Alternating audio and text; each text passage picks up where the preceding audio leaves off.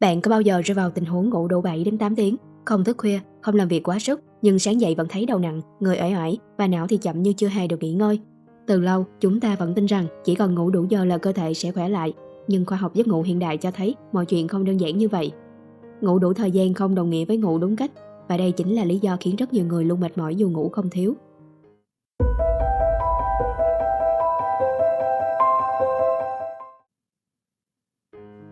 Ngủ không chỉ là nhắm mắt. Khi bạn ngủ, não bộ không hề tắt đi, mà ngược lại, nó hoạt động theo những chu kỳ rất phức tạp. Mỗi chu kỳ ngủ kéo dài khoảng 90 phút, luân phiên giữa ngủ sâu và giấc ngủ mơ REM. Trong giai đoạn ngủ sâu, nhịp tim và hơi thở chậm lại, hormone tăng trưởng được tiết ra mạnh mẽ, giúp sửa chữa mô tổn thương, phục hồi cơ bắp, củng cố hệ miễn dịch và tái tạo năng lượng cho toàn cơ thể. Đây cũng là lúc não giảm tiêu thụ năng lượng và bước vào trạng thái phục hồi vật lý rõ rệt nhất. Ngược lại, giấc ngủ REM lại đóng vai trò phục hồi tinh thần. Ở giai đoạn này, não hoạt động gần giống khi thức, nhưng cơ thể gần như bất động. Não sử dụng thời gian này để củng cố trí nhớ, liên kết thông tin mới với ký ức cũ, điều hòa cảm xúc và giải tỏa căng thẳng tâm lý tích tụ trong ngày. REM đặc biệt quan trọng với khả năng học tập, sáng tạo và ổn định cảm xúc. Nếu bạn ngủ đủ giờ nhưng thiếu ngủ sâu, cơ thể sẽ cảm thấy rã rời, đau mỏi và suy giảm sức đề kháng. Nếu thiếu REM, bạn có thể thấy đầu óc mơ hồ, dễ cáu gắt, khó tập trung và giảm khả năng ghi nhớ. Khi cả hai giai đoạn này đều không đạt chất lượng, cơ thể thức dậy trong trạng thái chưa hoàn thành quá trình phục hồi và cảm giác mệt mỏi kéo dài là điều gần như không thể tránh khỏi. Não không được làm sạch hoàn toàn. Não bộ có hệ thống làm sạch riêng, được gọi là hệ lymphatic. Khi bạn thức, các tế bào thần kinh hoạt động liên tục, tạo ra nhiều chất thải và protein có hại liên quan đến suy giảm trí nhớ và chức năng não. Ở trạng thái này, não gần như không có đủ không gian để tự dọn dẹp. Chỉ khi bạn bước vào giấc ngủ sâu, quá trình làm sạch này mới thực sự bắt đầu. Các tế bào não co lại khoảng 40 đến 60%, tạo ra những khoảng trống giữa chúng, cho phép dịch não tủy lưu thông mạnh hơn và len lỏi khắp não bộ. Dòng dịch này có nhiệm vụ cuốn trôi độc tố, gồm các chất thải thần kinh và đưa chúng ra khỏi não thông qua hệ bạch huyết để đào thải khỏi cơ thể. Nếu giấc ngủ bị gián đoạn, ngủ nông hoặc thiếu ngủ sâu, hệ lymphatic hoạt động kém hiệu quả. Kết quả là não thức dậy trong trạng thái chưa được dọn dẹp hoàn toàn, dẫn đến cảm giác nặng đầu, mệt mỏi kéo dài, giảm khả năng tập trung và suy giảm trí nhớ. Về lâu dài, tình trạng này còn được xem là một yếu tố làm tăng nguy cơ sa sút trí tuệ. Vì thế, ngủ không chỉ là nghỉ ngơi, mà là lúc não bộ tự làm sạch và bảo dưỡng chính mình.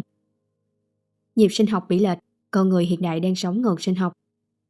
Cơ thể con người vận hành theo một chiếc đồng hồ sinh học kéo dài khoảng 24 giờ, được điều khiển bởi một vùng nhỏ trong não được gọi là nhân trên giao thoa. Đồng hồ này quyết định khi nào bạn buồn ngủ, tỉnh táo, cũng như nhịp tiết hormone, thân nhiệt và hoạt động của nhiều cơ quan trong cơ thể. Trong hàng trăm nghìn năm tiến hóa, cơ thể con người được lập trình để hoạt động vào ban ngày theo ánh sáng mặt trời và nghỉ ngơi khi trời tối. Một hormone then chốt trong hệ thống này là melatonin. Melatonin không khiến bạn ngủ ngay, mà đóng vai trò như tín hiệu sinh học báo cho cơ thể biết rằng đã đến lúc chuyển sang chế độ nghỉ ngơi và sửa chữa. Khi ánh sáng giảm vào buổi tối, melatonin tăng lên, giúp cơ thể hạ nhiệt, làm chậm nhịp tim và chuẩn bị cho giấc ngủ sâu, giai đoạn quan trọng nhất để phục hồi. Tuy nhiên, xã hội hiện đại đã phá vỡ trật tự sinh học này. Ánh sáng nhân tạo, đặc biệt là ánh sáng xanh từ điện thoại, máy tính và đèn LED, khiến não hiểu nhầm rằng vẫn còn ban ngày. Kết quả là melatonin bị ức chế, giấc ngủ đến muộn hơn, nông hơn và các chu kỳ ngủ sâu bị rút ngắn. Quan trọng hơn, nhịp sinh học của cơ thể không chỉ điều khiển giấc ngủ mà còn chi phối quá trình giải độc, sửa chữa tế bào và điều hòa hormone. Nhiều nghiên cứu cho thấy các quá trình này diễn ra mạnh mẽ nhất vào ban đêm, đặc biệt trong giai đoạn ngủ sâu đầu đêm. Vì vậy, khi bạn thường xuyên ngủ muộn, dù vẫn ngủ đủ 7 đến 8 tiếng, cơ thể vẫn bỏ lỡ khung giờ sinh học tối ưu để phục hồi.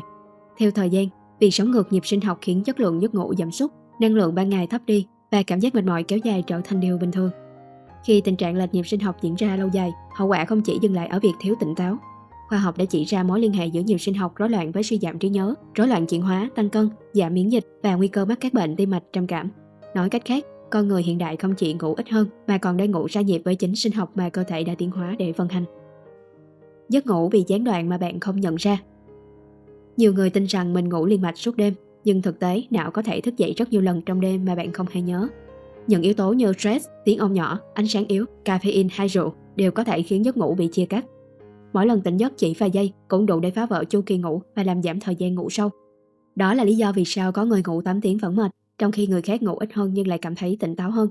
Chất lượng và sự liền mạch của giấc ngủ quan trọng không kém, thậm chí quan trọng hơn số giờ ngủ trên đồng hồ. Mệt không chỉ đến từ giấc ngủ.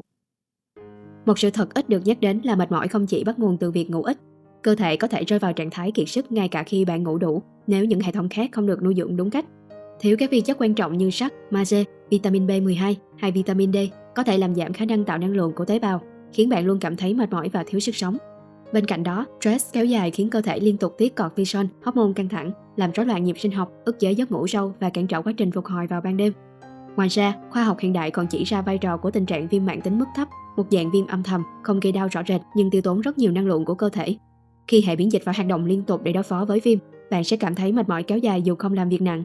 Chưa kể, não bộ ngày nay phải xử lý lượng thông tin khổng lồ từ mạng xã hội, tin tức và các kích thích liên tục. Sự quá tải nhận thức này khiến não không thực sự được nghỉ ngơi, ngay cả khi bạn đang ngủ. Vì vậy, nếu ban ngày não phải chịu áp lực quá lớn, giấc ngủ ban đêm khó có thể bù đắp hoàn toàn sự hao mòn đó và cảm giác mệt mỏi sẽ tiếp tục kéo dài. Nếu bạn ngủ đủ nhưng vẫn mệt, có thể vấn đề không nằm ở thời gian ngủ mà ở chất lượng giấc ngủ và cách bạn sống khi thức. Ngủ không chỉ để nghỉ ngơi mà là để làm sạch não, sửa chữa cơ thể và tái tạo năng lượng. Trong một thế giới luôn ồn ào và bận rộn, biết cách ngủ đúng có thể là một trong những kỹ năng quan trọng nhất để sống khỏe. Đây là Góc Khám Phá, nơi những điều tưởng chừng quen thuộc được nhìn lại dưới ánh sáng của khoa học. Hẹn gặp lại bạn ở video kỳ sau. Cảm ơn vì đã theo dõi.